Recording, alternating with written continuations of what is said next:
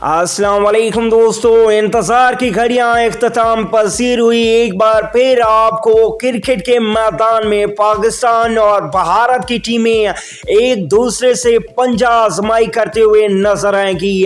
जी हां, T20 world cup 2022 का schedule अब से थोड़ी देर पहले ICC ने जारी कर दिया है। आइए आपको मुकम्मल शेड्यूल बताते हैं, जिसमें पाकिस्तान और भारत के दरमियान एक बड़ा कंपटीशन रखा गया है। चलिए सबसे पहले देखते हैं ग्रुप्स।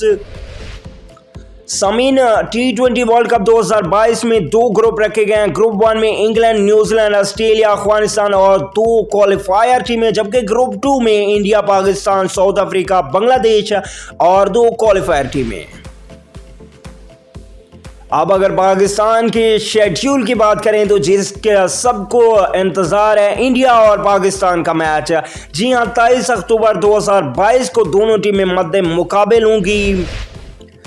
पाकिस्तान टीम यहां पे दूसरा मैच 27 अक्टूबर को खेलेगा। ये मैच पाकिस्तान टीम ग्रुप 2 की क्वालिफायर टीम के साथ खेलेगा।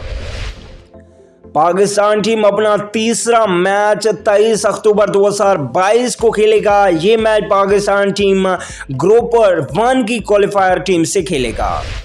पाकिस्तान टीम यहां पे चौथा मैच साउथ अफ्रीका के खिलाफ 3 नवंबर 2022 को खेलेगा।